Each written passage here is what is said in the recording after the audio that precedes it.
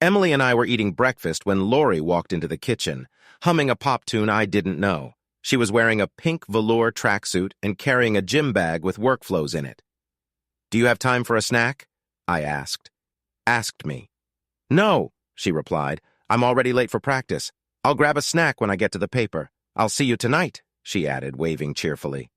As she turned to leave, my gaze was caught by the glint on the juicy logo on her sweatpants. I smirked at Emily and shook my head. My daughter only rolled her eyes.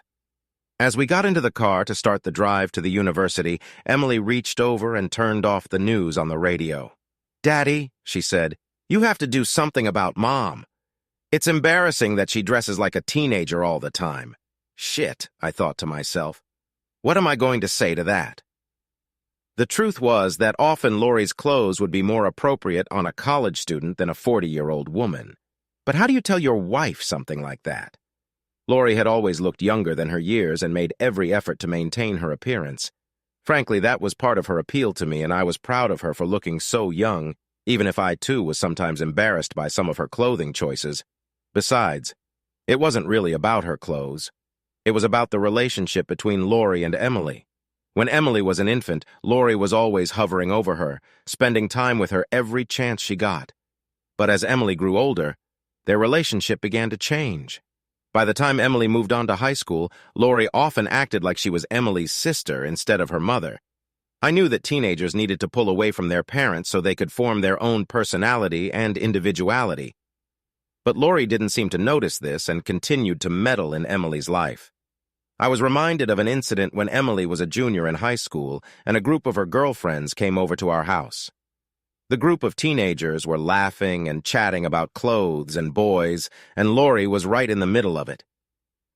As I was checking papers in my office, Emily burst in on us and demanded, "Daddy, make Mom give me my friends back." Honestly, at times they were more like rival high school seniors than mother and daughter. I tried to convince Lori that her daughter needed space, but Lori couldn't or wouldn't understand the problem. "We're more like sisters," Lori replied, "and it's okay for sisters to fight sometimes." This attitude annoyed me. I felt that Lori was trying to deny the fact that she was aging by competing with her daughter. But I didn't want to undermine Lori's authority in front of my daughter, so I tried to avoid the issue for now, focusing on Lori's clothing choices. "Baby, your mom has worked very hard to keep herself in shape, and it's natural for her to be proud of what she's accomplished. You have to admit that not many women can fit into the kind of clothes she wears," I said soothingly. "I know, Daddy," Emily replied, "but I'm embarrassed that she wears the same clothes as my female classmates." "I understand, baby. I'll tell her something," I promised, but I knew that anything I said was unlikely to have an effect. Lori had always been stubborn. In fact, that was partly why we'd gotten married. We'd met in college. I was a teaching assistant pursuing a doctorate in history, and Lori Carlton was a student taking one of my courses. I liked her immediately, but I knew it was best not to make any signs of attention to a student, especially in my class. But she couldn't help but notice my frequent glances and the attention I paid her because she began to flirt with me more and more often. After almost every lecture, she would come up to me to ask me a question, flapping her eyes and often touching my arm or hand. In the lecture hall, she sat in the front row, her skirt pulled up high enough for me to see her gorgeous legs and sometimes a hint of lace. It seemed like she was trying to break my immunity. Nevertheless, I held out until the semester was over, and then I asked her out. The tension between us was building so much that by the time she returned to my tiny apartment after dinner, we were almost suffocating. Instead of burning out, over time our relationship grew into something more solid and inclusive. By the time she was ready to graduate, I realized she was the woman I wanted to build my life around. So when she brought me to Savannah to meet her parents, I intended to ask her father for permission to marry his daughter. When we arrived at Lori's home in Savannah, we were met at the door by Cecilia, Lori's younger sister, who joyfully hugged Lori and greeted me. Cecilia was an accidental child born about 16 years after Lori. Perhaps as a result, Lori became a second mother and role model to her younger sister. But while Cecilia's greeting was warm, her mother received me coolly, and her father was downright icy. All my attempts to get him on my side were flatly rejected. Rufus Carlton was a wealthy lawyer, prominent in Savannah society, and his daughter's plans did not include marriage to some leftist, starving intellectual. I tried to assure him that A, I considered myself politically independent, and B, I had already managed to get my first teaching position at a university in Atlanta. Neither argument mattered in the slightest. Rufus had already charted a course for his daughter's life, centered on marriage to a suitable candidate from the local gentry. In his eyes, I was simply not good enough. I was angry at her father's high-minded rejection, but Lori was furious. That's when I realized how stubborn she was. Even though we had intended to spend a long weekend with her family, after a private conversation with her father, she jumped out of the house, grabbed her things, and demanded that we return to Atlanta immediately. Along the way, I learned a lot about her tumultuous relationship with her father. Lori may have been the oldest, but she acted more like a second child, constantly rebelling against the restrictions her father tried to set. They were like oil and water, except not only did they not mix, but they couldn't coexist next to each other. "I'll be damned if I'm going to let my father run my life," she said firmly. When we finally got back to my apartment, she grabbed me by the shoulders and asked me almost angrily, "Do you still want to marry me?" When I readily confirmed that I did, she said, "Okay, let's go." With those words, she dragged me back to the car and drove me to the Fulton County Clerk of Court's office, where we got our license and were married on the spot. Thank goodness there is no waiting period in Georgia. The result of Lori's defiance was that upon learning of her act, her father cut off all contact with his daughter. There was no contact for birthdays or Christmas. Not even the birth of a grandchild could melt the ice. What's more, the freeze extended to the rest of the Carlton family. Early on, Lori received a letter from her younger sister, but it consisted mainly of a request for Lori to ask her father for forgiveness. Lori did not do so. I tried several times over the years to repair the relationship because I felt that family was too important to write it off as some kind of hopeless debt, but my attempts were ignored. I had no doubt where Lori got her stubborn streak from. Immersed in my memories, I was surprised to realize that we had made it to campus and were headed toward the bookstore. I pulled a few strings and managed to get Emily a summer job there. When she opened the car door to get out, I grabbed her arm. "Hey, what time should I pick you up this afternoon?" She hesitated for a moment, then turned around to smile at me. "You don't have to pick me up, Daddy. I'll make my own way home." I tried not to frown, but I still felt my gut clench. I was morally certain that her boyfriend, Brandon Hilton, would drive her. It's natural for a father to have custody of his daughter, but my doubts about Brandon went beyond the usual paternal reservations. He was a third-year law student, and it bothered me that someone so senior was showing interest in a freshman. I knew that many upperclassmen pounced on new female students like wolves on newborn lambs. Similarly, I had seen many inexperienced girls fresh out of high school and eager to experience independent living for the first time have their hearts broken. But I believed that a law student should be looking for a woman closer to his age to start a life together, not pursuing a girl who is still in her teens. His interest made me extremely wary, but Emily was clearly crazy about him, and Lori, who'd once had a long conversation with Brandon when he'd come after Emily, had no qualms about it, so I swallowed my protest and just said, "Okay, babe, I'll see you at dinner tonight." From there, I headed to the history department, still having my doubts about my daughter. I had no illusions about her innocence. I was sure she'd been deflowered by the little creep she'd dated during her last 2 years of high school. But Lori and I had had some frank discussions with her, and Lori had quietly arranged for Emily to be on the pill, so at least she was protected in that regard. Still, I wished Brandon Hilton would just disappear and let my daughter find someone closer in age. Sighing, I made my way to my tiny office and started going through the administrative minutiae that colleges require even for summer sessions. But this chore couldn't contain my enthusiasm as I began to think about the course I would be teaching. I managed to convince the head of the history department to let me teach an elective on the same topic on which I had written my doctoral dissertation, vigilantism.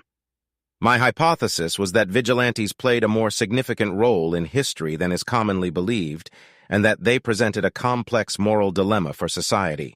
For example, American lore is full of stories of vigilantes who are forced to seek justice alone. We Americans tend to sympathize with such figures and find them appealing. To illustrate this, I plan to show the class excerpts from Death Wish, a movie starring Charles Bronson about an architect who is forced to become a vigilante after his wife is murdered because the police cannot find the perpetrators. To counterbalance this, I also assign the class to read The Oxbow Incident, a classic Western by Walter Van Tilburg Clark that tells of a posse that apprehends several cattle thieves but learns that their captors are innocent. The first class went well. The students seemed to understand the moral and social dilemma, and I know they appreciated watching violent movies. The story doesn't have to be boring. So when I got home after lunch, I was in a good mood, and it stayed that way until the front door slammed, and I heard Emily running to her room in tears. The door to her room was closed, but I could hear her crying inside. I knocked. "Can I come in, Emily?" "Okay, Daddy," I heard her mumble, turned the knob, and entered. Our daughter was lying face down on the bed, her back rising and falling with sobs. I sat down beside her and pulled her to me. She didn't resist. In fact, she clung to me as she had when she was a little girl with a scraped knee. Her tears wet the front of my shirt. I ached for her obvious pain, but some part of me was glad she still needed her daddy. "What happened, baby girl?" I asked, lifting her chin so I could see her face. Brandon left me. She managed to mumble before her crying resumed. "Oh, baby, I'm so sorry," I told her. But I wasn't being completely honest. If Brandon Hilton was out of her life, that was fine with me. However, I knew I couldn't tell her that, so I just hugged her and stroked her back, trying to comfort her while she cried. After a while, I heard Lori walk in and hoped that a little feminine perspective might help. Leaving Emily in her room, I hurried downstairs to consult with my wife. "We had a bit of a tragedy today," I explained to her. "Brandon dumped Emily and now she's inconsolable." "Good," Lori replied. "About time." I was taken aback. I'd expected a little more motherly sympathy, but I thought you liked Brandon, I replied. "He wasn't right for her," Lori replied sharply. "Don't you have something to say to her?" I asked uncertainly. Right now it's best to leave Emily alone. She'll get over it soon enough. Girls that age do that. I was surprised. I thought Lori would be caring and sympathetic, and it turned out that role was mine to play. Once again, I mentally shook my head at the enigma of the mother-daughter relationship. "I hope you're right," I said, and left the matter at that. My doubts only increased when Emily never came down for dinner that night. She had some breakfast the next morning, but immediately felt nauseous and went back to bed. I informed the bookstore manager that she was sick and hoped Lori's assessment was accurate. Emily went to work the next day, but still hadn't eaten much. She'd given up on the idea of breakfast altogether. I started to wonder if she'd gotten some kind of stomach flu, but she said she was fine, so I let it go. It was clear to me that she was still deeply upset about the sudden breakup with Brandon, but Lori seemed to be right. She was feeling a little better. That assessment only lasted until Friday. I stayed at the office late that day, trying to get some extra stuff done so I wouldn't have to work over the weekend. As a result, I got home at almost 6 p.m. Setting my laptop aside in the study, I went in search of Lori and Emily. The door to Emily's room was closed, and I heard crying coming from inside again. I knocked gently, and when I opened the door, I found Emily in tears on the bed. When she looked up at me, there was sadness mixed with fear on her face, and for a second I thought she was going to run away. But then her shoulders slumped, and she suddenly threw herself into my arms, crying even harder. Baby, what's wrong?" I begged. "What happened?" She held her face buried in my shoulder for another minute, and then she looked up at me with an anguished expression. "Oh, Daddy," she sobbed. "I'm pregnant." I felt slightly dizzy, turned around, and sank down next to her on the bed. I was so shocked and dazed I could barely think straight, and I heard myself ask two of the stupidest questions of my life. "Are you sure?" Sighed I. Then, realizing how stupid that question was, I added, "How did this happen?" Thankfully, Emily was so upset that she simply answered my nonsensical questions. "I took one of those home pregnancy tests yesterday, and it came back positive.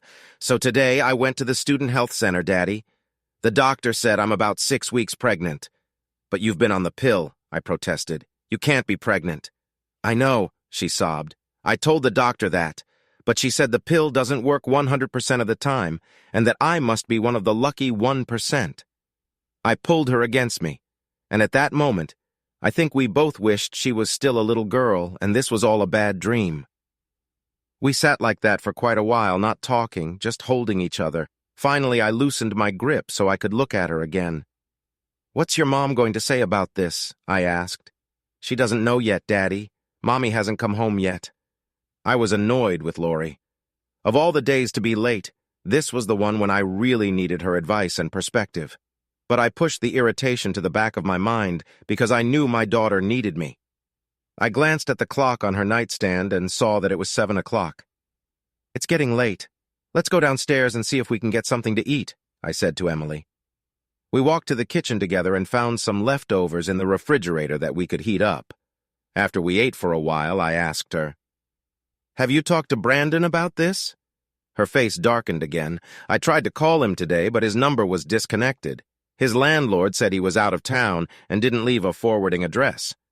About what I expected, I thought unpleasantly, but I didn't say anything out loud because I didn't want to upset Emily any further. So I asked the question that had been weighing on me the most since I'd learned of her condition. "Have you thought about what you want to do next?" I deliberately phrased the question ambiguously, but Emily understood exactly what I was asking. "Oh, Daddy, I don't know what I want to do. I'm not ready to be a mother, and having a baby would really mess up my college education, but I just don't think I can get it over with." More tears streamed on her cheeks. Though her next words were soft, they were decisive. "Daddy, I think I want to have a baby." I walked around the table and hugged her. "If that's what you decide, honey, Mommy and I will support you in any way we can. We'll get through this." Emily looked up at me. "I love you, Daddy," was all she said, but it was enough. I sat back down and we finished dinner. Another glance at the clock showed it was past 8. Where on earth was Lori? I tried calling her cell phone, but it must have been turned off because my call went straight to voicemail. Then I tried calling her office at the newspaper, but there was no answer there either. Finally, I decided to call Jackie, her best friend. But when I reached her, Jackie said she hadn't talked to Lori in days and didn't know anything about Lori's plans for the evening. When I hung up, Emily looked at me with concern.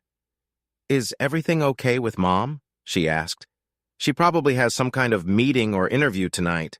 She probably told me about it and I forgot," I reassured Emily. In fact, I was pretty sure there was nothing on Lori's calendar that would cause her to be late today, and I was starting to worry. But I didn't want to worry Emily.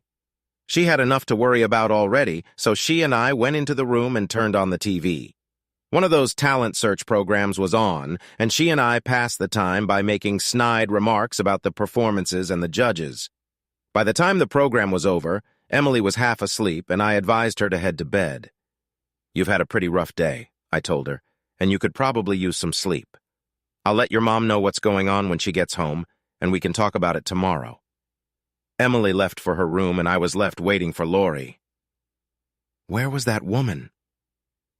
I was awakened by the sun streaming through the windows of the room, and I shuddered at the realization that I had fallen asleep on the couch.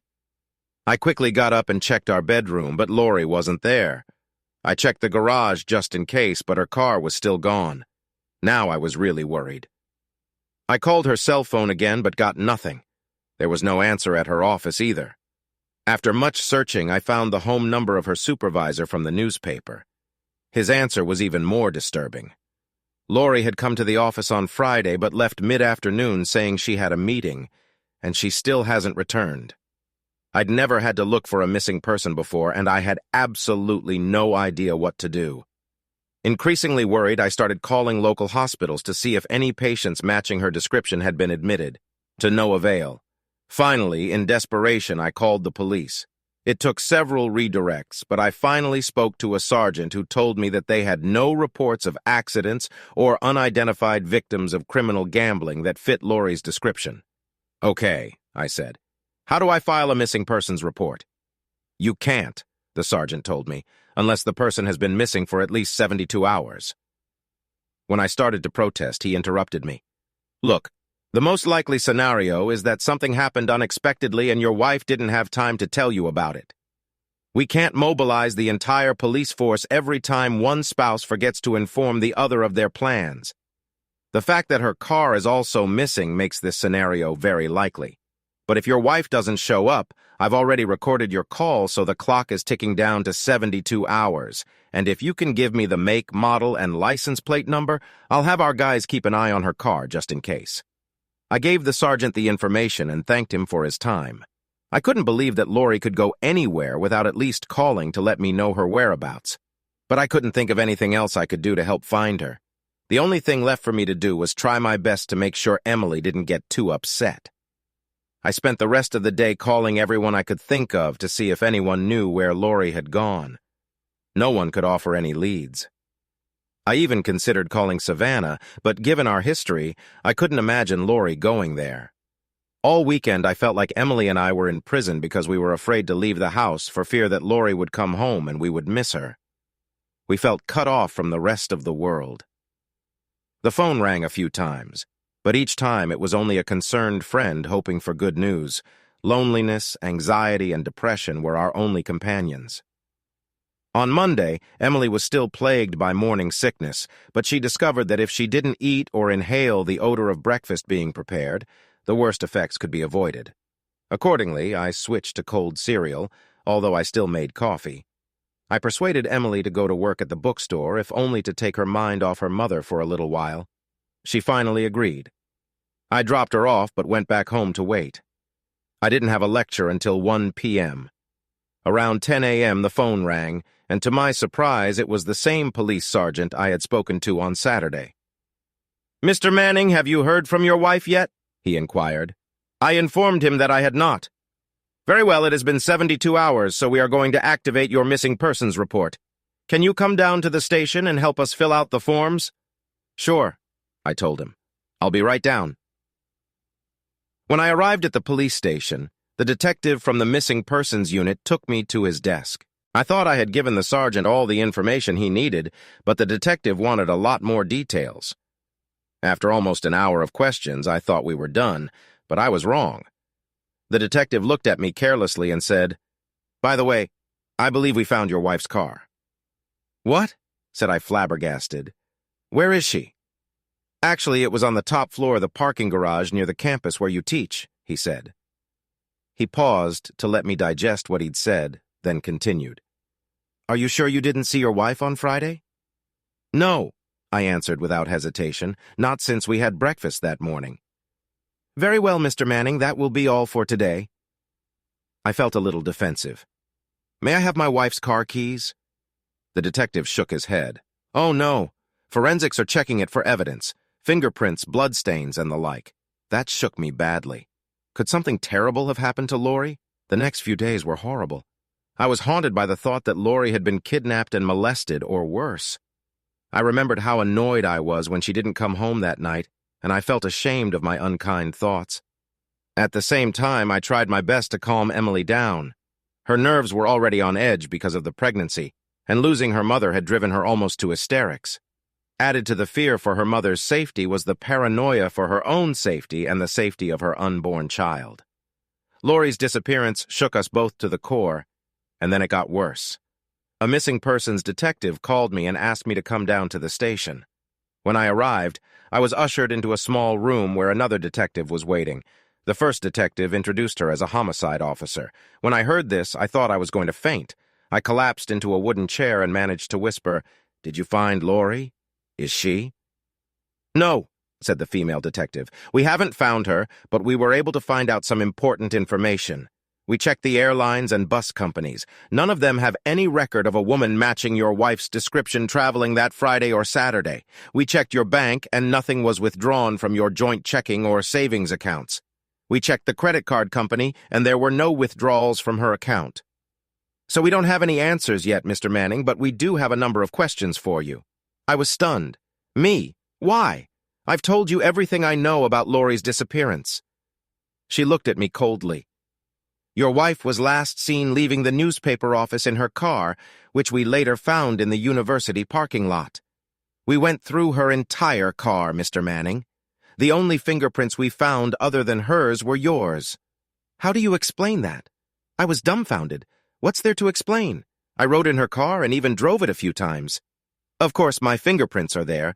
How good was your relationship with your wife, Mr. Manning?" Were there no fights over money, infidelity, anything like that? She asked. Suddenly, everything fell into place. Are you asking me if I had anything to do with my wife's disappearance? I can't believe it. After all, I'm the one who reported her missing. The detective crossed her arms. It's not uncommon in cases like this, she said calmly. In a case like this, sighed I. Are you accusing me of a crime? Do I need a lawyer? She cast a quick glance at her partner. If you think you need a lawyer, Mr. Manning, you can certainly get one. But I haven't done anything, I shouted. My wife is out there somewhere in danger. You ought to be looking for her, not pestering me with silly questions and innuendos. Calm down, Mr. Manning, said the first detective. We're just trying to find possible motives for your wife's sudden disappearance. You're the most logical person to start with. Wouldn't you agree? Don't you want to help us find her? Still frustrated, I sat back in my chair. Of course I do, I replied sharply.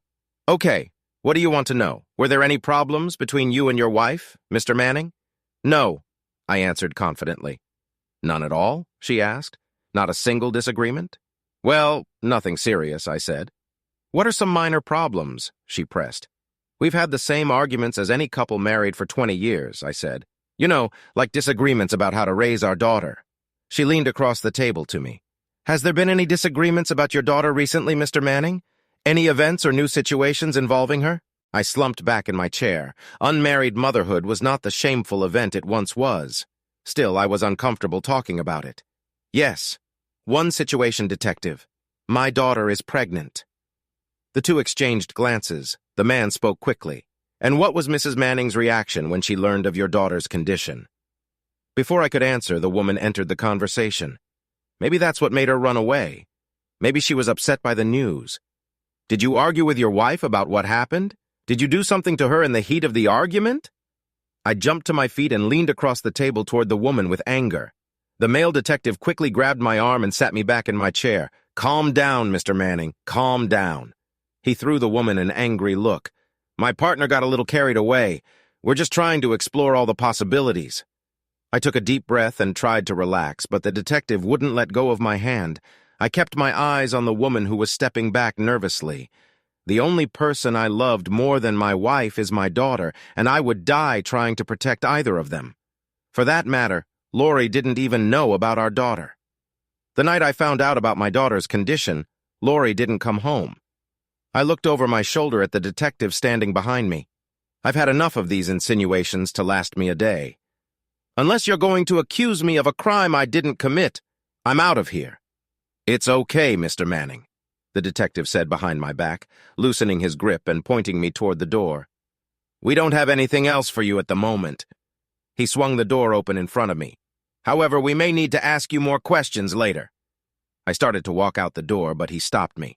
One last thing, Mr. Manning. Don't plan on leaving town anytime soon. I gave him a glare and walked out. The door closed behind me and I heard angry voices. As I drove home, I was so angry I was shaking. But as my adrenaline levels started to drop, I began to rationalize what had happened. Of course, they have to check all the possibilities, I told myself. But that didn't make me feel any better. I was doing nothing but trying to find my missing wife. I couldn't even think about the accusation that I might have hurt Lori without my blood pressure rising. Why would she even think that? I angrily growled. Of course, when I got home, Emily wanted to know what I'd learned from the police. I didn't want to upset her further, so I just told her that they didn't have any new information. But they just wanted to double-check some details. Afterward, I bitterly thought, now I'm starting to lie to my own daughter. What the hell? The next day brought a new humiliation. The police came to our house with a search warrant. I had to sit on the deck for 2 hours while they went through the house, looking in every nook, cranny, and cranny. I don't know exactly what they were looking for, but whatever it was, they didn't find it. I used the time to call my lawyer.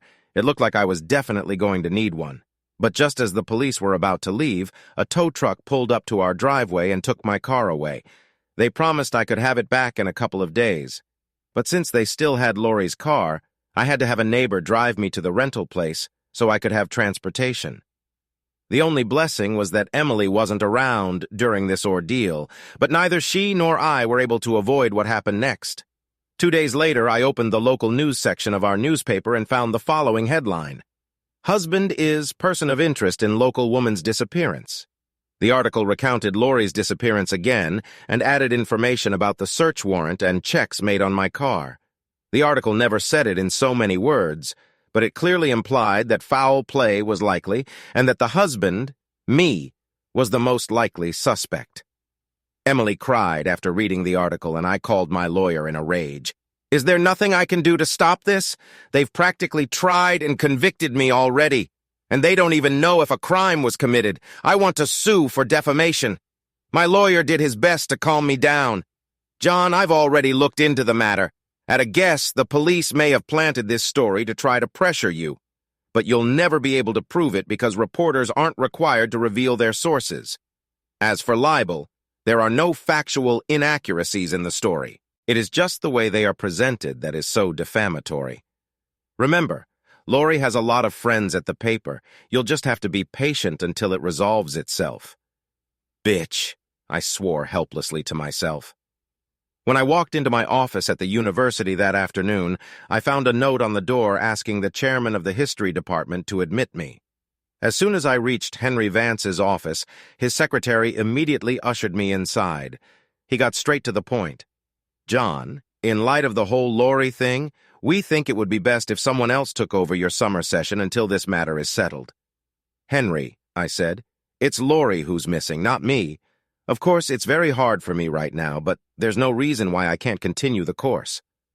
Of course, he said, of course, but with that cloud over you, if you continue teaching, it will look bad for the department and bad for the university. You understand, don't you? I jumped to my feet. Oh, I understand all right. I understand that you want me to disappear even though no charges have been brought against me, and there is no evidence that a crime was ever committed.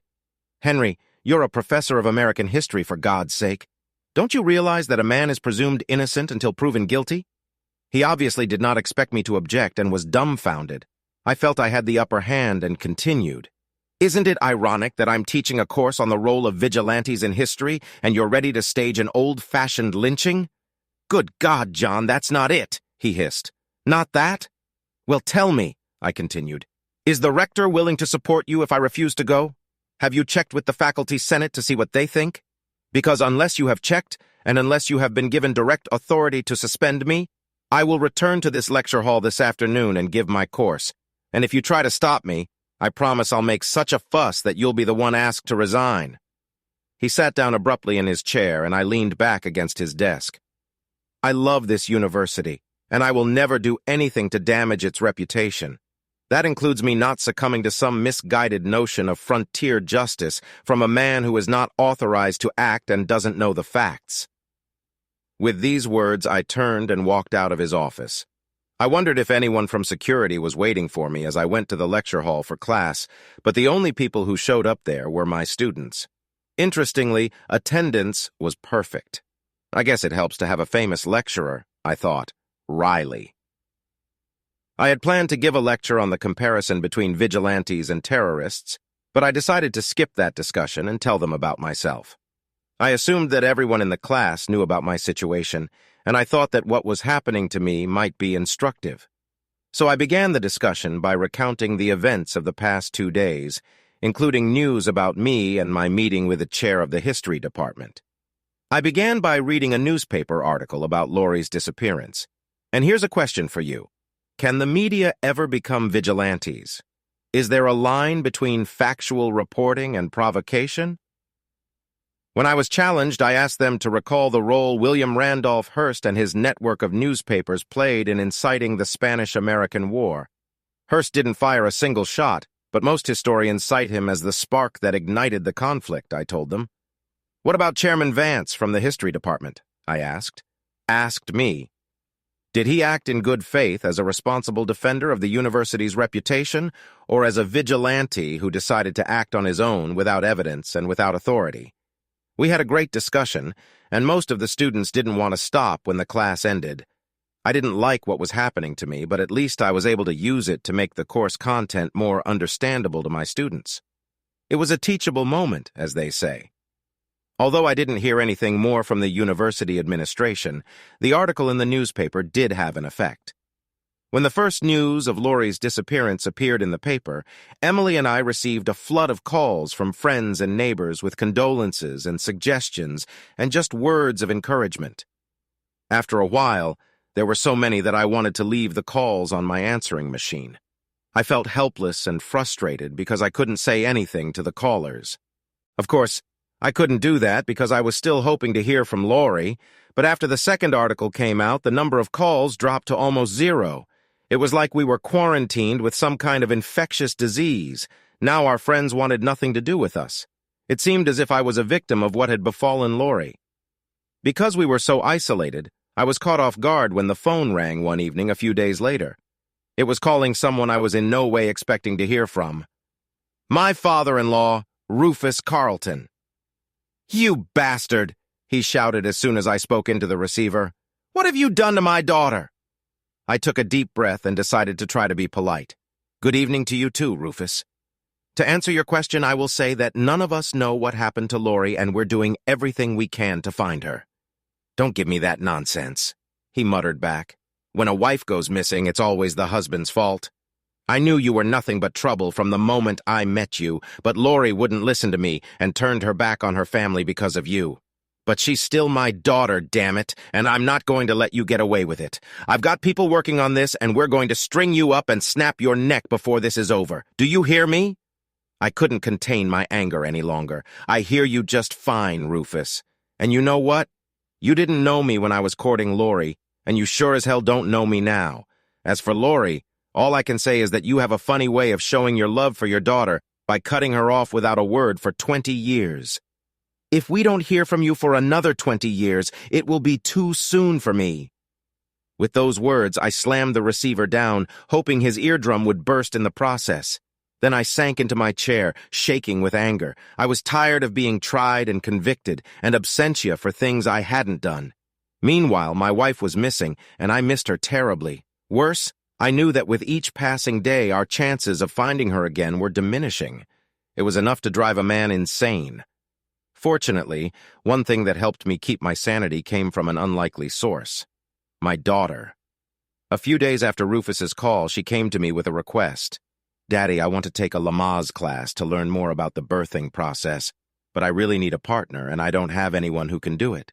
Will you come with me, Daddy?" Of course, I said yes, and a few nights later we found ourselves in a conference room at a local hospital. There were about a dozen couples with us, and the women were in various stages of pregnancy.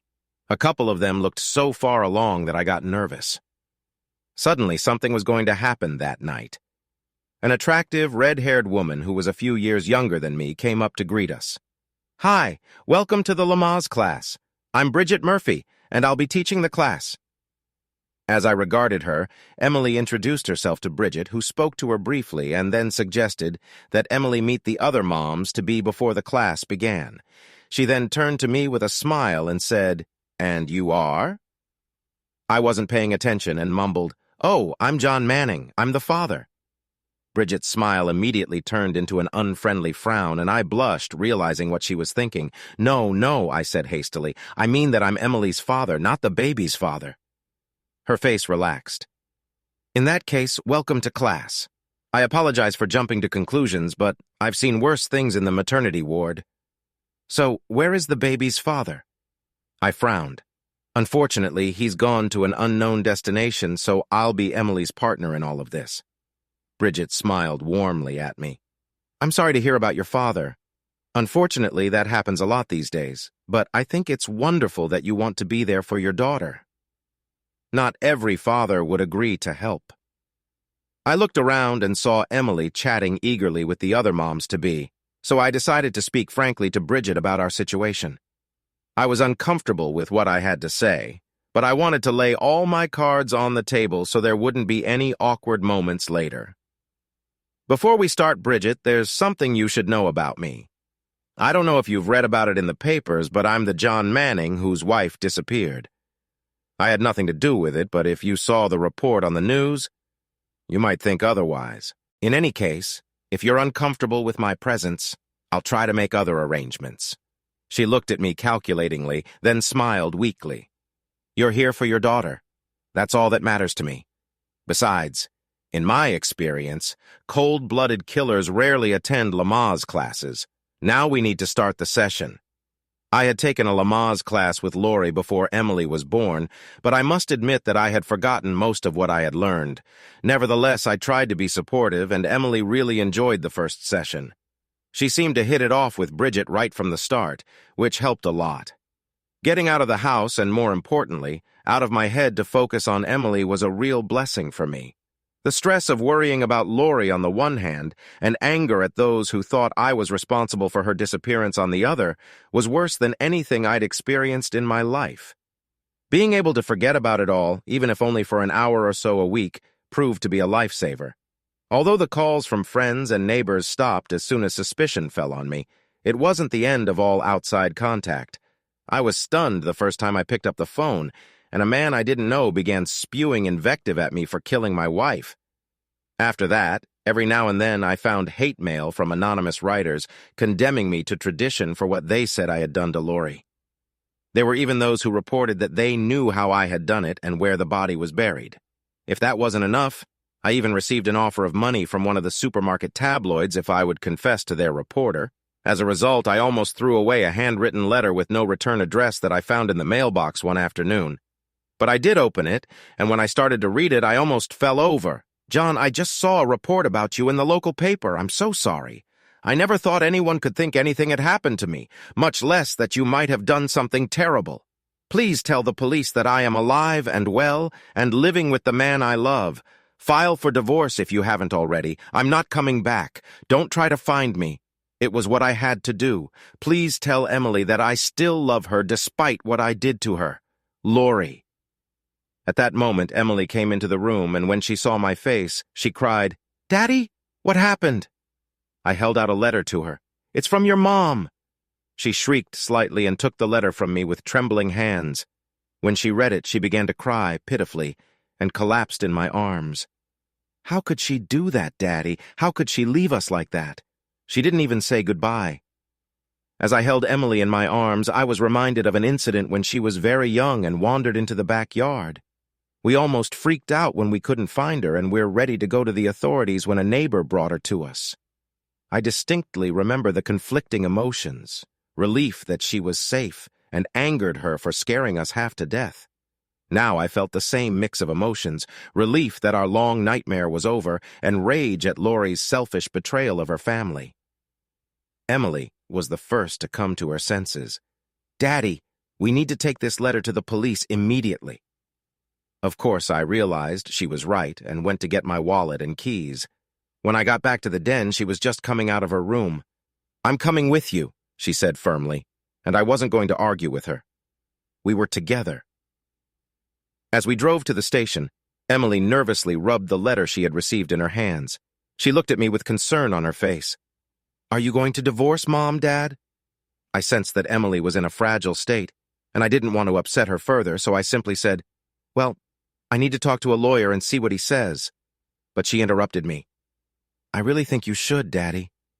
I really think so." I hated to see the rift between Emily and her mother, but Lori had brought it all on herself. She'd left Emily just as she'd left me for another man. Emily was old enough to realize that and accept reality no matter how painful it was. She reached for me and we held each other's hand the rest of the way to the police station. I hadn't even thought to call ahead, but luckily we caught the detective on duty, the one we dealt with in the missing persons department. When he took us to his desk, I asked him, "Where's your partner from homicide?" With some reluctance, he went together. Ever since we ran into each other at the station, she had been absent whenever the cops talked to me. When she arrived, I took the letter from Emily and tossed it on the table in front of them. "This came in the mail today," I said currently. The mail detective opened the envelope and quickly read the letter. He glanced at me and silently handed it to the woman. When she finished, she looked at me. "You could have written it yourself, you know." I felt anger rising in me, but restrained myself. Of course I could have. And I could have flown to New York to mail it to myself, or didn't you notice the postmark? She started to answer, but to my surprise, Emily interrupted her. "And before you accused my father of forgery, I brought along an old letter my mother wrote me when I went away to camp. You can see it's her handwriting. The first detective took Emily's old letter and put it next to the new one. His partner looked over his shoulder. They looked at each other, and then the first detective looked at me again. We'll have to take this to the lab for confirmation, but I think the missing person case is solved. He held out his hand. I apologize for all this suspicion, he said, but we had to check. I reluctantly shook it, but when the female detective extended her hand, I turned away and Emily and I walked out. I guess I'd been naive. I expected there to be some official notification that the case was closed, but there was nothing like that. Yes, I was no longer a suspect since there was no crime, but my reputation was tarnished, and I had no absolution for my non-existent sin. I had to have my lawyer call the newspaper and make veiled threats before they agreed to publish the news. And when they did, all I got was a couple paragraphs at the bottom of the last page of the local news with the headline, "The case of the missing wife is the case of the runaway spouse." I was practically front-page news when everyone thought I was done with her. I protested to my attorney. Now that I've been acquitted, all I've gotten is a few lines. Is that fair? He shook his head. Unfortunately, that's the way it goes, John. Mysterious disappearances and possible murders are news. The everyday truth doesn't sell in the papers. I'm sorry, but that's all you're going to get. I gritted my teeth, but realized there was nothing I could do to change the situation. In desperation, I made a photocopy of the short story and sent copies to everyone I cared about. I planted a copy on Henry Nance's desk, and he at least had the courtesy to make an embarrassed face and mutter congratulations. I even laminated a copy of the article and stuck it in my wallet so I could pull it out and show it to people when it came up. Unfortunately, I think a lot of people chose fiction over a true story. One thing I didn't do was send a copy to Rufus Carlton. Let his highly paid detectives find out what his daughter has done, I thought to myself. All of this had one positive result. After the police confirmed the authenticity of the letter, I easily filed for a divorce on grounds of desertion and quickly obtained an absentee judgment. This resolved any potential legal issues and allowed me to be single again. Soon, I hoped I could begin to move on with my life. Throughout this process, I continued to take Lamaze classes with Emily at Bridget Murphy's. Emily became close to Bridget, and several times the three of us would go out for coffee after class.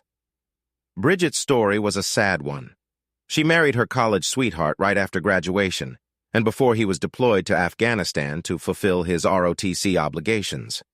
She became pregnant while he was on leave, but he was killed in an IED explosion before she learned the happy news. Shortly afterward, Bridget had a miscarriage and lost the baby. She also lost the opportunity to have more children.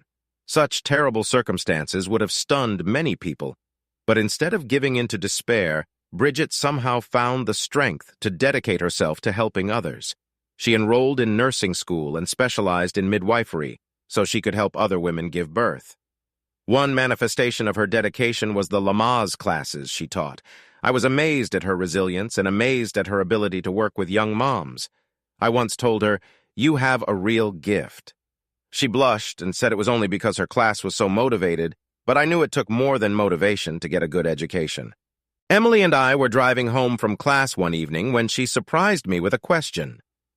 "Did you notice what Bridget is wearing today?" she asked.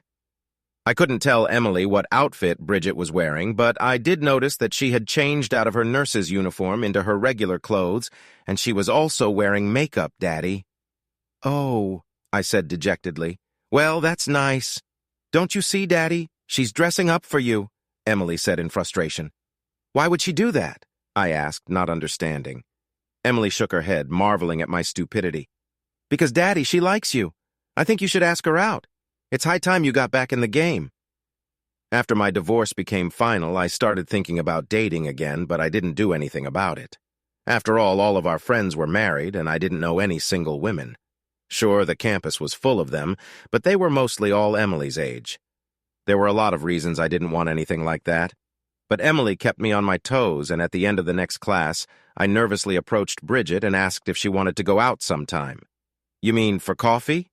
she asked, with a twinkle in her eye. "No, I mean maybe dinner and a movie," I replied awkwardly. "With Emily?" she asked, and I could swear I saw a hint of a smirk at the corner of her mouth. "No," I stammered. "Maybe just you and me. That is, if you don't want Emily to come." That would be fine, too. Now she was definitely enjoying my discomfort. No, just you and me, John. And so I started dating again.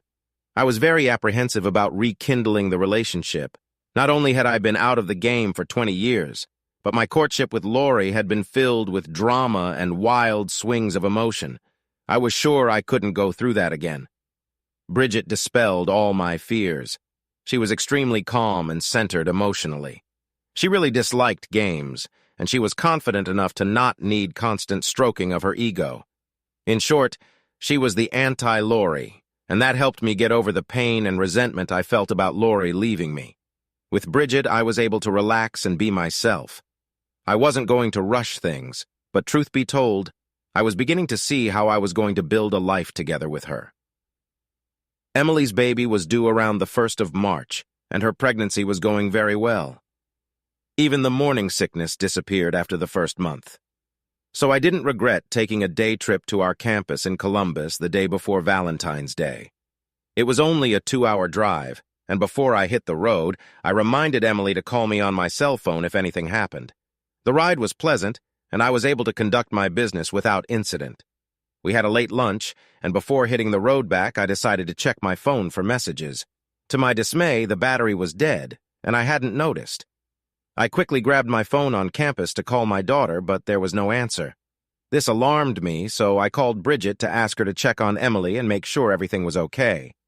When I reached her, Bridget's voice was nothing like her usual calm tone. "Thank God you called," she said. "Emily's water broke right after you left. She's in heavy labor at the hospital right now. Don't take any chances, but you need to get back here as soon as possible." Panicked, I jumped in the car and sped toward Atlanta. Usually the I-85 freeway is jammed with highway patrol cars because of Fort Benning, but I somehow managed to avoid the radar traps and made it to the hospital in only 90 minutes. When the elevator let me out into the maternity ward, the nurses quickly dressed me, but instead of leading me to the delivery room, they took me to a semi-detached room. As I entered the room, all I saw was my daughter lying in bed holding my own daughter, my granddaughter. My heart simultaneously clenched at the fact that I had missed the birth, and I was happy that Mom and baby were okay.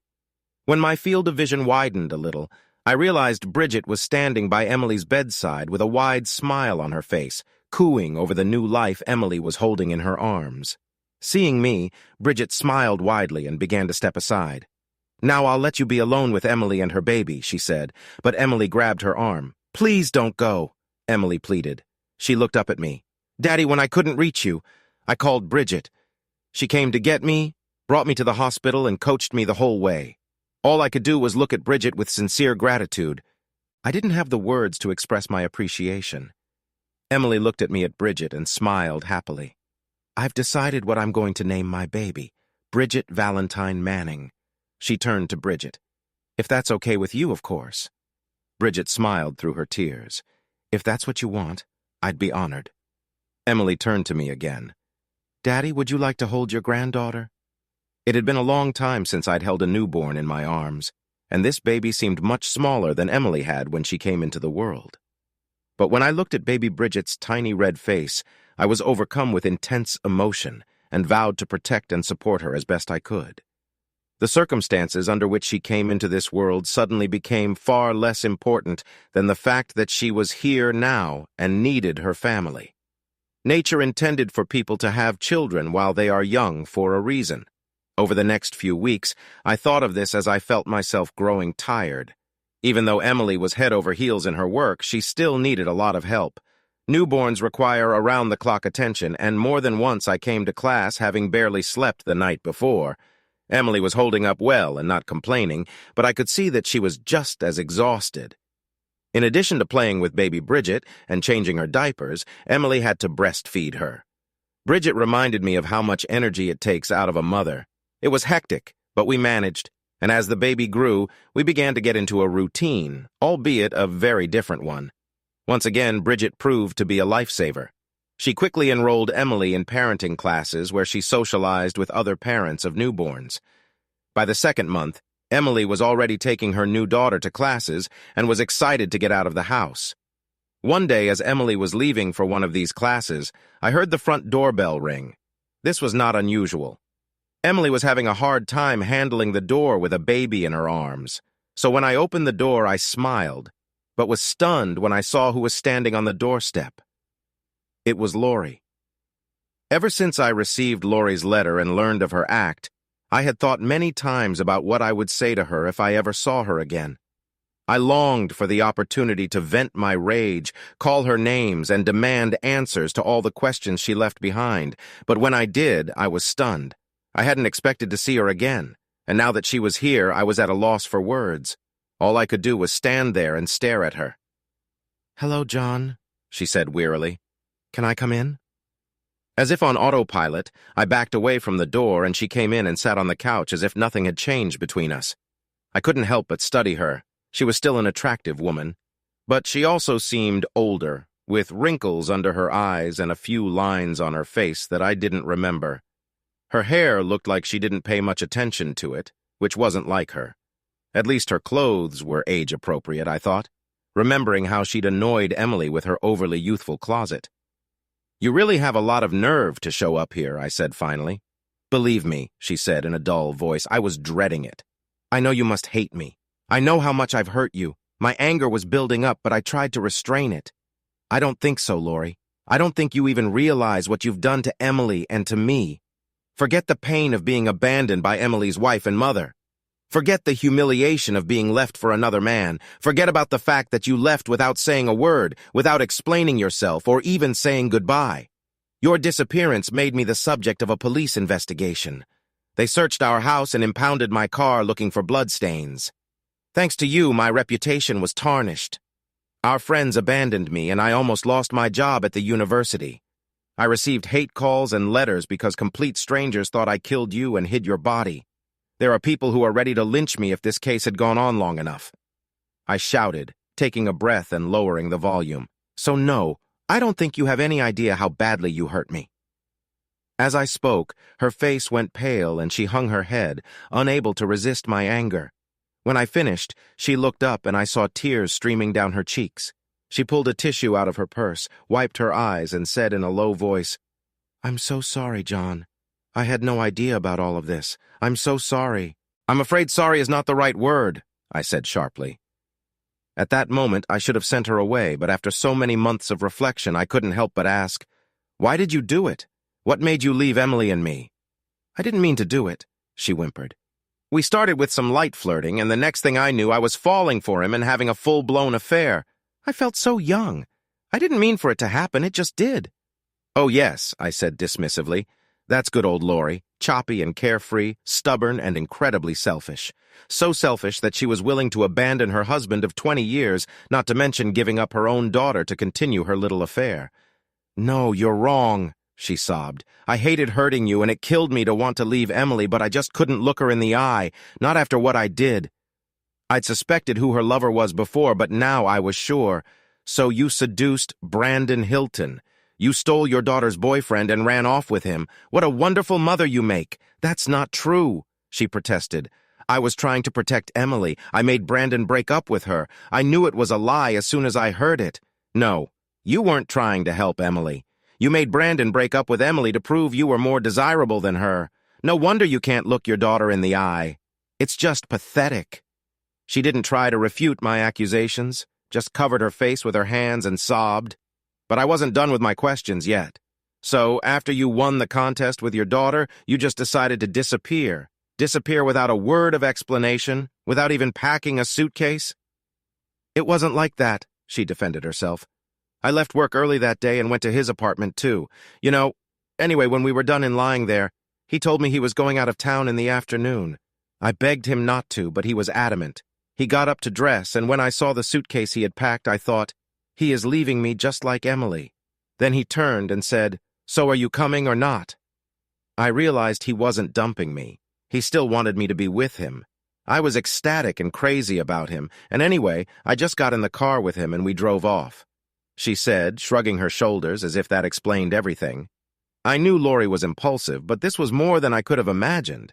"You left taking only your clothes with you?" I asked in amazement. Her face reddened with embarrassment. "Well, I had some clothes at Brandon's apartment that I took with me in a gym bag, so I could change if I needed to after practicing this. That little detail only increased my anger, but I ignored it because I still didn't understand. What were you doing for money? You never wrote checks or used credit cards. I felt bad enough about leaving you and Emily, she said quickly. I couldn't take the money you needed to provide for her. By this time, I had already realized how self-serving she was, so I immediately let that explanation pass my ears. No, that wasn't the reason. You just didn't want any of us to know where you went or who you went with. You decided to go on your own little romantic adventure, and you didn't want me or Emily or anyone else to know what you did. The look on her face told me that I had understood the situation correctly, but I still don't understand how you did it with no money, I continued. Brandon has a trust fund, she said. He has a lot of money. Then her face turned red again. And I had a bank account you didn't know about in my maiden name. I started pacing around the room, trying to contain my anger. There was still a lot I didn't know, but I didn't care about the answers anymore. Each new revelation from her was like a body blow, even after all this time. Yes, I'd seen impulsiveness and stubbornness in her, but who would have thought they would lead to this? As I passed by the window, I happened to look outside and saw an unfamiliar car parked outside the house. That's probably where he's waiting for you, I muttered. She looked up with a strange expression on her face. No, that's Jackie. She drove me here. Oh, where's your lover? He left me, she said through her tears. One day he told me he had a new opportunity and I wasn't part of it. Then he left and I was alone in New York. I tried to make it on my own, but it was too hard for me. So he dumped you the same way you dumped me, I said vindictively. I guess it's true what they say.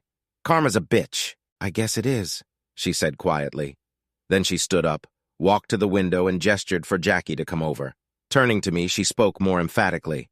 I know I was stubborn and impetuous and all that other stuff you called me. Yes, I left you, and now I regret it with all my heart, and most of all, I regret leaving Emily. But you must understand I had no choice. Of course, I said wryly. What mother would want to tell her daughter that she stole her boyfriend? That was only part of the case, she said quietly. Before I could answer, Jackie walked through the front door. She had a baby in her arms, and I was confused for a moment. But when Lori came over and took the baby from her, all I could do was exclaim, "Oh my God!" Lori looked at me sadly. Now you see why I couldn't look at both of you. She must have known what I was about to ask, because she continued. When I left, I forgot my birth control pills and had trouble getting a new prescription. Brandon wouldn't use condoms, and I figured it couldn't hurt, but her voice broke. So, did he dump you before or after you gave birth? I asked grudgingly. Before she could answer, I heard the sounds of Emily returning from her parenting class. Walking into the kitchen from the garage, she called out, "Hey, Daddy, whose car is that out front?" Then she walked into the living room carrying baby Bridget in her arms and stopped when she saw her mother. I know I could have done better, should have thought of something to say to gently bring her up to speed. But I was so angry at what Lori had done, and so stunned by the horror of the situation, that I turned to my daughter and exclaimed, "Look who your mom brought with her, your new stepsister." Then seeing Lori looking at Emily's baby, I said, "Lori, meet baby Bridget, your new granddaughter." It took them a moment to realize what I had just said. But then they both started crying. Of course, the baby started crying too, and even Jackie started sobbing. I felt like crying too, but most of all, I felt exhausted. I didn't have the energy to play judge between Emily and her mother. No matter what Emily had to say, I felt like her mother would get what she deserved. Finally, I just left the room, walked to the hallway, and collapsed on the couch. From the other room, angry words came to me, accompanied by a few anguished cries. I guess that they had just realized that both children shared a father. There was still a lot of crying on the part of both mother and babies, but after a while I realized that the living room had become quiet, and I began to guess what was going on. I hesitated, but when I finally poked my head through the door, I saw Jackie holding baby Lori, Lori holding baby Bridget, and Emily peering out from behind her shoulder. Noticing me, Emily gestured for me to come back into the room and walked over to me. I had no idea what to say to my daughter. Lori's revelation stunned me. I couldn't imagine the effect they must have had on Emily. Her own mother had stolen her boyfriend and then had a child with him. How could I alleviate Emily's suffering? But before I could say anything, Emily stunned me. "Daddy, can Mom stay with the baby at our house for a while?" You've got to be kidding me, I gasped in shock. After everything she's done to you and me? I know, Daddy, and I don't know if I can ever forgive her for it. But she's broke, Daddy, and she has nowhere else to go. Her baby needs somewhere to live, at least until Mommy gets back on her feet. Please, Daddy, after all, her baby is Bridget's half-sister in mind. I shuddered at the realization of that. Why can't she live with Jackie? I protested. Emily looked at me with annoyance. Jackie lives in a one-bedroom apartment, Dad. Well, then Lori can go live with her parents. She's their responsibility, I tried. Yeah, sure, Daddy. As if, Emily replied. Riley. We tried to shield Emily from the acrimony of our relationship with the Carltons, but of course she picked up on the discord early on. We both knew that was not an option. I learned 2 lessons that day. The first was that I would never understand mother-daughter relationships. I've expected that when Emily found out about her mother's betrayal, a fight would break out. That Emily offered Lori a safe haven, even if only temporary, was beyond my imagination. The second lesson I'd learned was that it's nearly impossible for a father to refuse his daughter when she really wants something. I made advanced plans to meet Bridget the next evening. It was the one time I didn't want to see her. My misgivings must have been obvious, because when Bridget opened the door and saw me, she immediately asked, "What's wrong, John? What's wrong?" I knew that procrastination would get me nowhere, so I led her over to the couch and sat down next to her.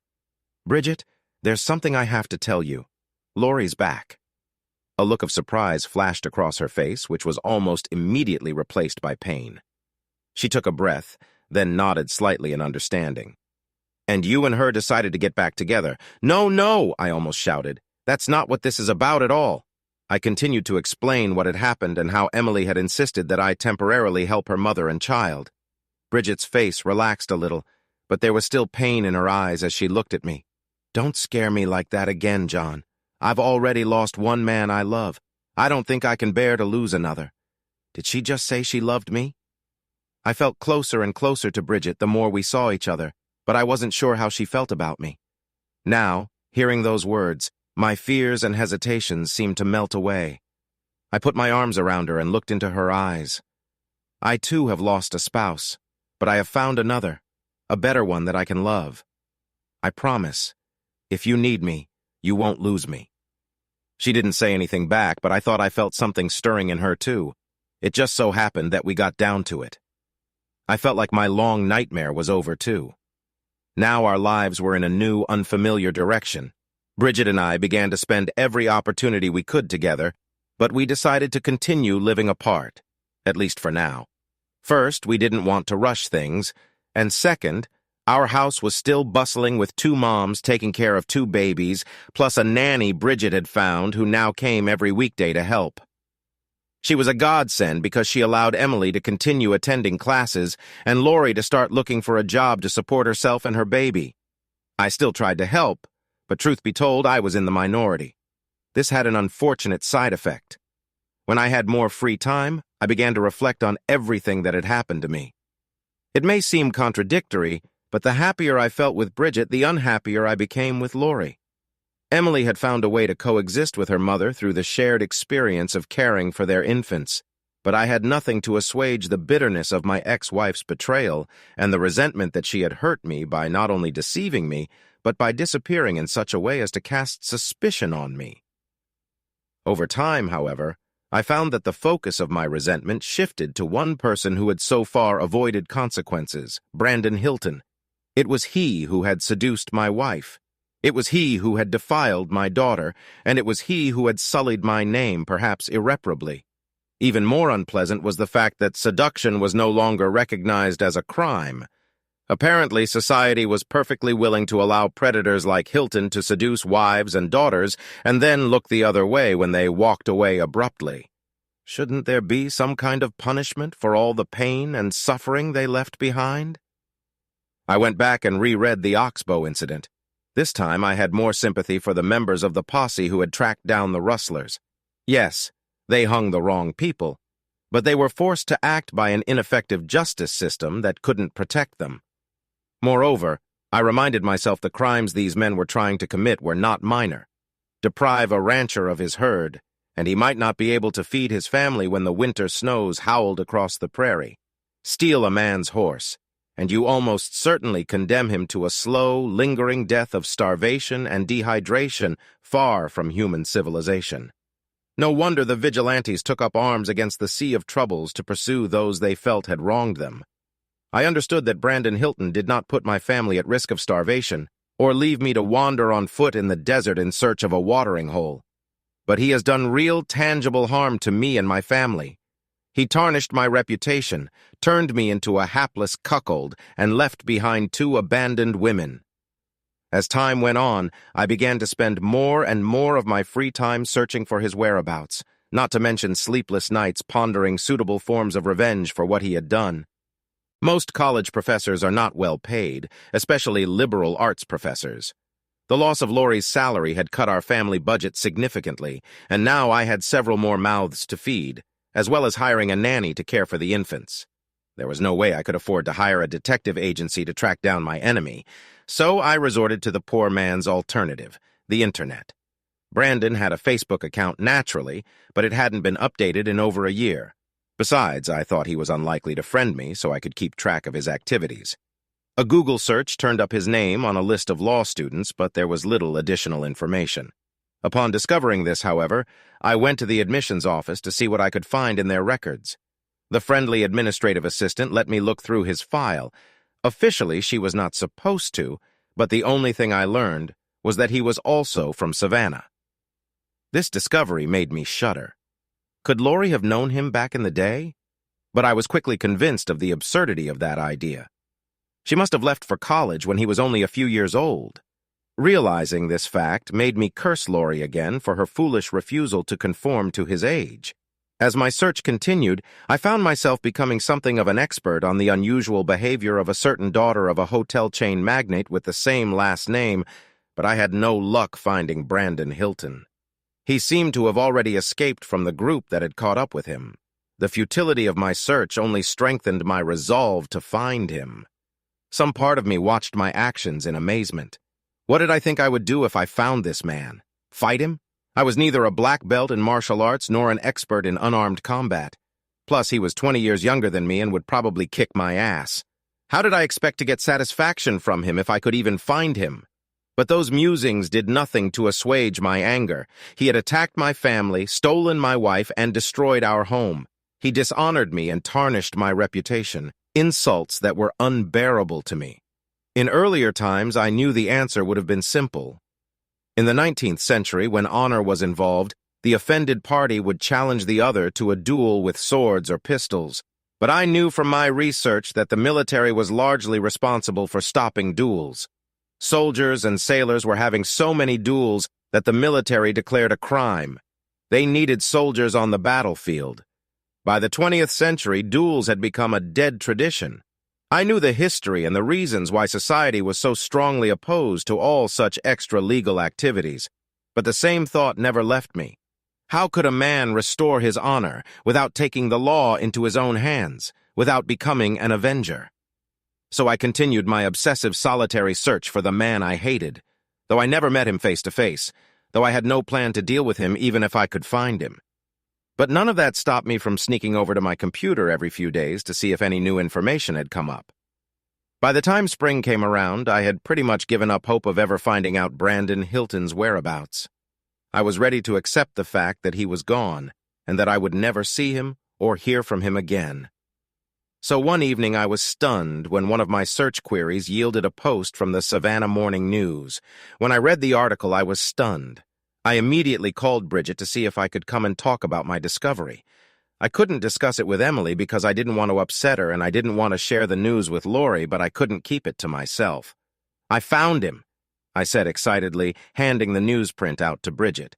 "You won't believe what he just did." She quickly scanned the article and handed it back to me. "I don't understand, John. I know you hate Brandon, but what does his getting married have to do with you?"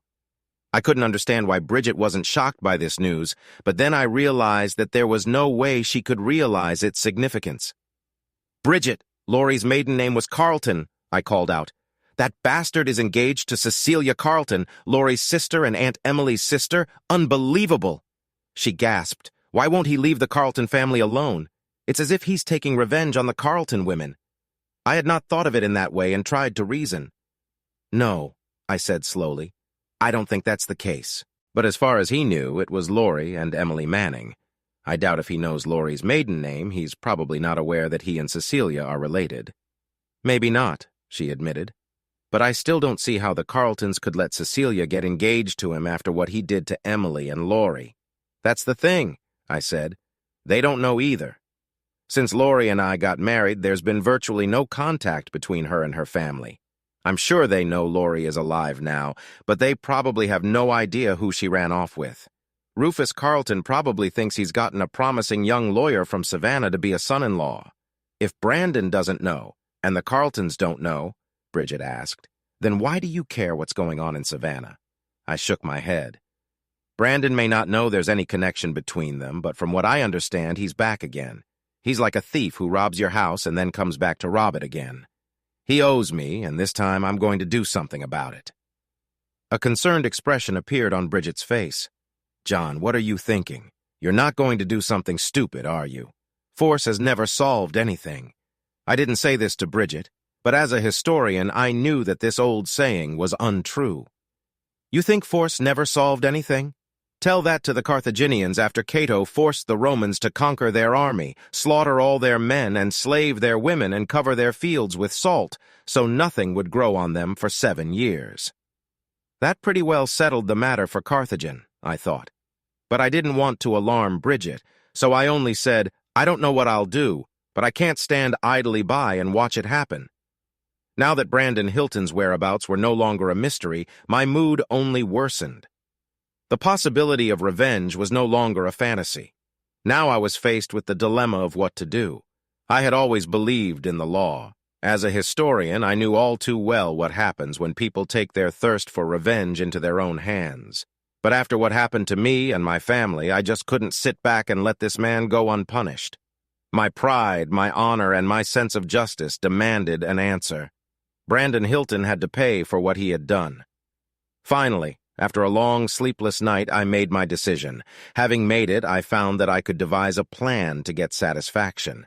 I didn't have much time, but I figured I could do what needed to be done if I hurried. Now I began to use the internet to research the steps I would have to take and acquire the resources I needed to accomplish my goal. One by one, I found them. During this time, I was often away from home running errands, but I hoped that taking care of the 2 little ones would distract the others enough that they wouldn't notice how busy I was. The last thing I needed was a lot of questions and doubts, but both Emily and Bridget knew how to read my moods, and eventually, just before D-Day, as I called it, they confronted me. I was working at my computer one evening and looked up to see Emily standing on the doorstep of my office with a concerned expression on her face. Hey, babe, I said lightly. How's it going? Bridget's here, she told me. We need to talk to you. This was unusual. I hadn't planned on seeing Bridget tonight. I quickly closed the web browser and started to get up when Bridget walked through the door. She wasn't smiling. Before I could say anything, Emily spoke up. Dad, Bridget told me you found Brandon. I threw Bridget a dirty look, but she just folded her arms across her chest and stared at me with a determined expression. Emily continued, Daddy, I'm scared to death that you're going to do something crazy. I know how upset you are about everything that's happened, and you have every right to be. But if you end up in jail or go and destroy yourself, it will only make things worse. Bridget walked over and put her hand on Emily's shoulder. Please, John, Emily is right. Whatever you're up to, don't do it. I've already lost one person. I won't survive if it happens again. I saw the tears in their eyes, and in that moment I was tempted to forget my plans. These 2 women I loved more than anything in the world. And the last thing I wanted to do was hurt them, but I just couldn't call it off. A line from one of the Cavalier poets ran through my mind. I could not love you, my dear, so much if I did not love you more than honor. I walked around my desk and hugged them both. Thank you for caring about me. It means a lot. But you're both worried about nothing, I tried to reassure them.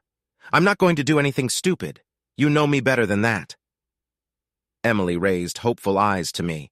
Promise, Daddy? I remembered Emily as a little girl and held out my pinky finger to her. Pinky promise, baby, I vowed, and she took my finger with hers and smiled. But there was a flicker of doubt in Bridget's eyes, and I realized I hadn't fooled her. I guess losing a husband and battle has that effect on a woman. I'd have to be careful not to scare her into trying to stop me. I thought I did a pretty good job of calming Emily down, but my efforts were nearly undone when she picked up a package from the delivery service while I was still at school. When I got home, she held the box out to me with a concerned look on her face. "What's this, Daddy?"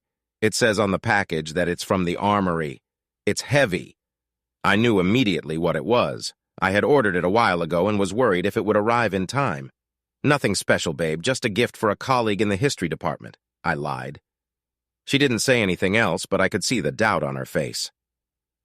That evening, I was sitting in my office double-checking the driving directions diagram when Lori startled me by entering the room and closing the door. I'd made it clear that I wasn't happy to have her and her baby in our house, and so far she'd kept her distance. "Well, what do you want?" I asked coldly.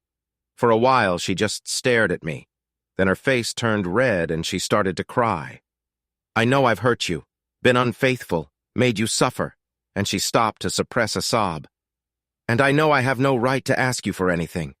But she had to pause again before she could continue. "Just please don't hurt yourself or go to jail or anything because of me.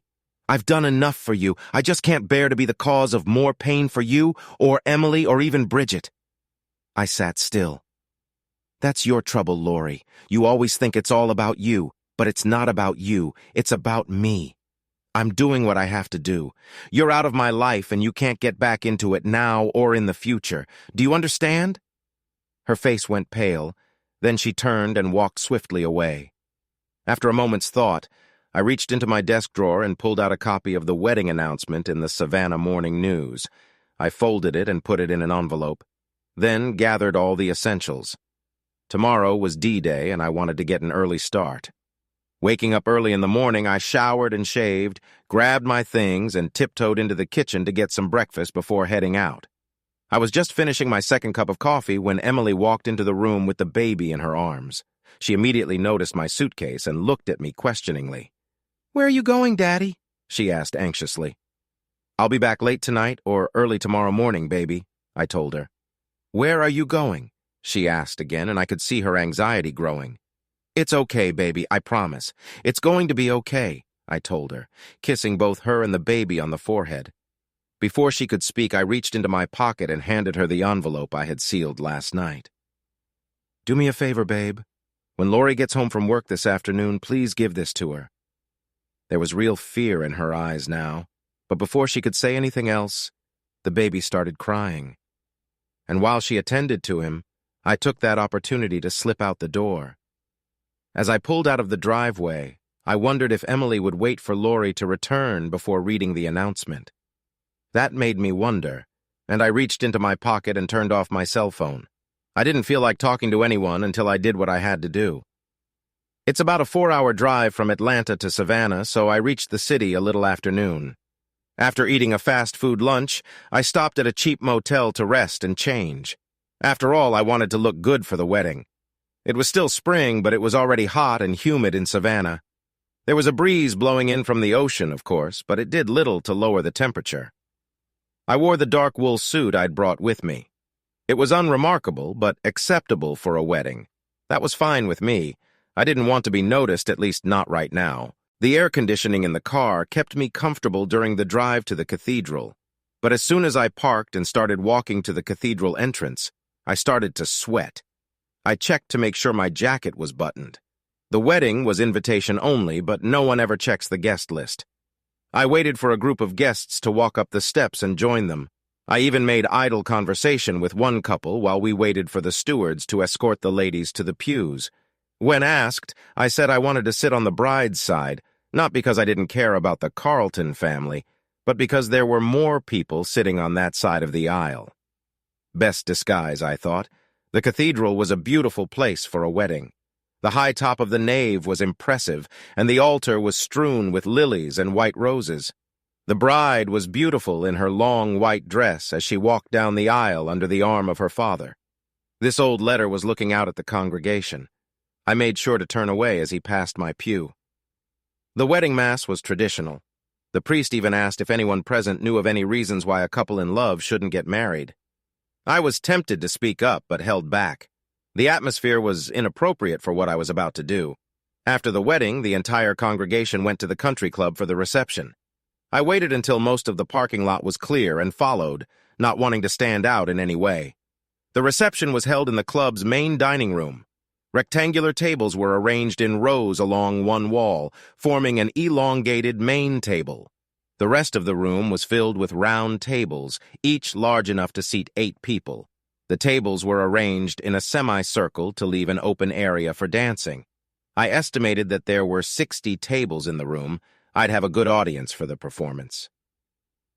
I found an unoccupied table at the back of the room and sat down. Must be employees or distant relatives, I thought. The other exiles at the table were glad for the company, and we struck up a leisurely conversation about the wedding, the reception, and how much Rufus must have spent. It must have cost him a fortune. One woman told me breathlessly. He hired Paula Deen to organize the whole thing. I believed her. The food was delicious. If this was going to be my last dinner, I thought, at least it would be enjoyable. After dinner, the wine glasses were removed and replaced with champagne flutes. I knew what this portended, and my stomach tensed. At dinner, I drank wine only a sip at a time because I wanted to have a steady hand. But I did accept the champagne flute, not to drink, but as a prop to help prepare my performance. The sound of Rufus Carlton's meaty finger tapping on the microphone drew our collective attention to the main table. After a few exuberant words about his daughter and her new husband, Rufus opened the microphone for toasts. A procession of friends and relatives followed, each of whom felt it their duty to share some mildly humorous anecdote about the bride or groom. Each toast was followed by laughter, applause, and more alcohol. As the ritual dragged on, I stood up and moved across the room toward the main table. After a few more offerings, things began to quiet down, and the best man, as I had hoped, asked, "Anyone else who wants some?" I raised my glass and exclaimed in a loud voice, "I have a toast." Since I was standing off to the side, it was hard for most of those seated at the head table to see me. I didn't think there would be many people in the audience who might recognize me, but I didn't want to take any chances. As I climbed up on the platform behind the honored guest at the head table, I saw that most of the audience wasn't paying any attention to me. That's going to change, I thought grimly. I took the microphone and cleared my throat loudly. I wanted to get people's attention, but my throat was suddenly dry anyway. It was time to get started. We've heard a lot of anecdotes about the past today, but I want to talk about the future of Mr. and Mrs. Hilton, I said, in a falsely cheerful tone. And by future, I mean children, of course. This elicited laughter and a few cheers from the crowd. I predict that this couple will have many children in the future, I continued. I can't speak for Cecily, but I can definitely vouch for Brandon's abilities in that area. There were a few more chuckles, but a slight murmur went up in the audience, and I noticed a few people looking at each other questioningly. I spoke a little louder. I can say that with certainty, because Brandon has already fathered at least 2 children that I know of. I heard Mrs. Carlton sigh, and immediately the audience murmured. Rufus Carlton turned to look at me point blank, and suddenly recognition dawned on his face. "You are John Manning. You weren't invited to the wedding. Get off the stage." Brandon was sitting next to the platform in a mildly intoxicated state, but when he heard my name, something apparently caught his eye and he started to rise. I quickly leaned over, put my hand on his shoulder, and roughly pushed him back into his seat. Some hustling soul had turned off the microphone, but it didn't faze me. I'd taught freshman history to a class of 300 people in an auditorium, so I knew how to project my voice. "I have something to say," I said loudly. Rufus yelled again for someone to get me off the stage. To my right, a few young men, must be Brandon's friends, were trying to make their way through the tables to do just that. I was ready for it. I reached down, unbuttoned my jacket, and pulled my left side open to reveal the shoulder holster I was wearing. With my right hand, I pulled out a .357 Magnum with an 8-inch barrel and waved it toward the advancing men. Shouts erupted from the hall, and the men hastily retreated. "Mr. Magnum and I want to say a few more words to you about Brandon Hilton," I said loudly, keeping my left hand on his shoulder. He looked up at me, and his eyes were as wide and white as the wedding cookies we were served for dessert. "Like I said, Brandon Hilton is already the father of at least 2 children," I continued. "Would you like to know from whom?" Turning to Rufus, I growled, "The first child was by your second daughter, Lori, and the second was by your granddaughter, Emily." I heard the bride scream and turned to her sternly. "That's right, Cecilia," I shouted. "Brandon is the father not only of your sister's child, but also of your niece." The poor girl broke into sobs.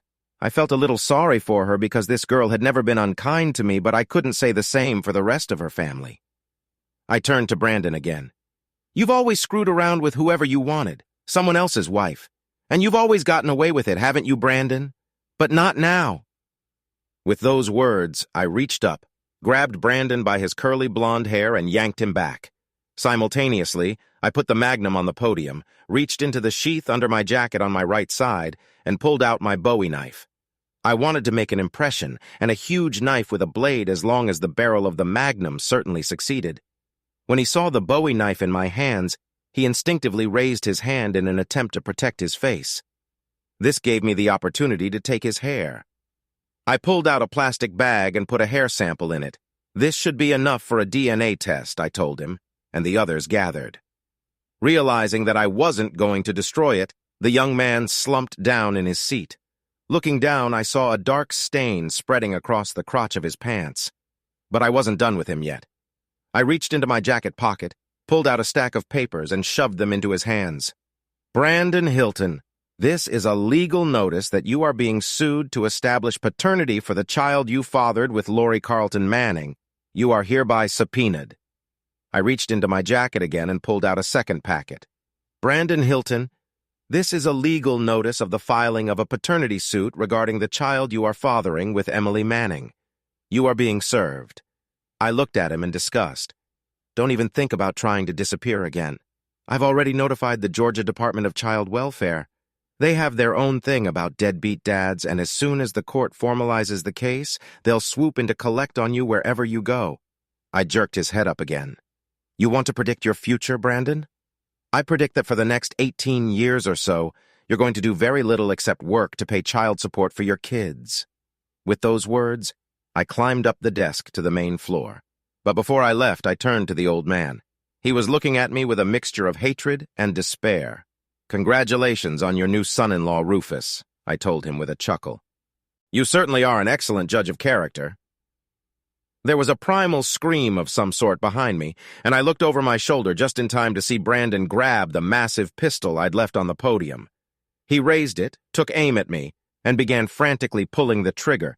I shook my head. "Don't try to shoot me in the back, Brandon. That's not a real gun. It's a replica of one." Then I laughed. "Why don't you keep it? Consider it my wedding present." With those words, I headed for the door as the commotion behind me reached hysterical levels. People in the hall were yelling at each other. Cecily and her mother were sobbing in each other's arms, and Rufus was yelling at Brandon. At that moment, in a strange but surprisingly appropriate decision, the band leader raised his wand and ordered the musicians to play. I smiled as I walked out the door. "Too bad they didn't play Nearer My God to Thee," I thought to myself. That would have been the perfect ending to the shipwreck. In all the commotion, no one followed me, or maybe it was just the memory of Bowie's knife still dangling from my belt. Whatever the case, I managed to get to my car and drive away without further incident. As I pulled onto the freeway heading north, the adrenaline started to wear off and I started to shake. Then a tremendous fatigue came over me. I thought about pulling over and getting some sleep, but it was more important for me to get home. I certainly didn't want to get arrested anywhere near Savannah. I rolled down the car windows to let the cool night air blow over my face and keep me awake. As I drove, I thought about what I had decided to do. If I destroyed Brandon Hilton, I would end up in prison, leaving my family destitute. Furthermore, I would have deprived the two little ones of the child support that Hilton would soon have to start paying. I guess in a way I became a vigilante of sorts, but I did it in my own way within the law. I took a certain amount of satisfaction from Brandon Hilton. I made sure he paid for what he had done and would continue to pay until both of those kids were adults. My daughter could definitely use the money to raise little Bridget, and with any luck, the extra income would help get Lori out of my house sooner. As a bonus, I'd also managed to get revenge on Rufus Carlton, and if my little stunt had caused him to spend a lot of money on a fancy wedding, that was just gravy, I thought. No matter what happened, I felt good, like a heavy weight had been lifted off my back. It was well past midnight when I finally made it to our neighborhood in Atlanta. I was going to be very quiet so as not to wake anyone up, but when I pulled into the driveway, the lights on the main floor were already on. As I started up the driveway, the door opened, and Bridget, Emily, and even Lori came running out of it with tears in their eyes. Emily was the first to reach me and fell into my arms, sobbing. "Oh, Daddy, I was so scared." Bridget then caught up to me. "Don't you ever do anything so crazy again, John Manning? What if they had attacked you? What if someone had brought a gun?" I took them both under my arms and led them back into the house. Both women wouldn't let go of me, and all three of us collapsed on the couch in exhaustion. When Bridget felt the sheath resting against her side, she made me pull out the Bowie knife and show it to her along with the bag full of Brandon's hair. "I can't believe you took that thing with you," she exclaimed. Then she looked at me perplexed. "You know that hair wouldn't count as hard evidence, right?" she asked. "I know," I answered. "The court will order him to provide a new sample for trial, but getting this one was a lot of fun, and it certainly convinced everyone here that I was right. Besides, it scared Brandon to death, literally, and then a thought hit me. How do you all know what happened there?" I told them, Lori said quietly. "Cecilia called me and told me what happened." "Cecilia called you? You haven't talked to her in years," I said incredulously. "I know," Lori said, "but she had to call me to find out if what you said about Brandon was really true. When I told her everything that had happened, she said she was going to start seeking an annulment tomorrow." I nodded. I was glad to hear that news. Tears were still streaming down Lori's face. "I know you didn't do it for me, John, but thank you for saving Cecilia from that monster. It's going to be really hard on her for a while, but at least she knows the truth now instead of later. Thank you for saving my little sister." I nodded again. I had done what I had done for my own reasons, but I was still relieved to know that Cecilia's life wouldn't be ruined by that immoral bastard. Despite my misgivings, the police never showed up at our house that night or the next day. I thought Rufus would come after me, but apparently he directed his anger at Brandon instead. That young man's life was going downhill fast. Just as she had told Lori, Cecilia had gotten her wedding annulled, arguing that Brandon had withheld important information from her. Meanwhile, at the trial of the 2 paternity suits I filed, the court ruled that he was indeed the father of Lori and Emily's children and awarded both women appropriate child support. With his vital statistics registered with the Georgia Division of Child Support Services, Brandon Hilton became a marked man. The wedding reception was the sensation of the year, and although the guest list numbered only 500, thousands of Savannah residents claimed to have witnessed the fiasco. Not surprisingly, Brandon left town shortly afterward. I heard that he now holds a lowly position in Macon city government. What really surprised me was that Rufus Carlton apparently helped him get the job. I guess Rufus decided that the fact that Brandon had a job was in the best interest of all concerned. Of course, after paying 2 child support payments each month, Brandon doesn't have much spare cash left. Cecilia and Lori kept in touch with each other, and eventually Lori moved back to Savannah. I think without me, Rufus was ready to welcome her back into the family. Or maybe he realized that banishing his daughter wasn't such a wise decision. Either way, her leaving was a relief to me. After everything that had happened, I wish I could say I forgave her, but that would be a lie, and I was glad she was out of my life. Emily is still living at home but wants to find her own place soon. She has found a good job here in Atlanta and is taking classes in the evenings to get her college degree. She has also recovered enough to start rebuilding a social life. Being a single mom isn't easy, but Bridget and I enjoy babysitting, and that helps. Yes, Bridget and I were married in a small private ceremony. She told me after my vigilante adventure that she wasn't going to let me out of her sight, so I decided to accept the inevitable and make it legal. Now that my personal Avengers excursion is over, I've decided to write a book on the subject.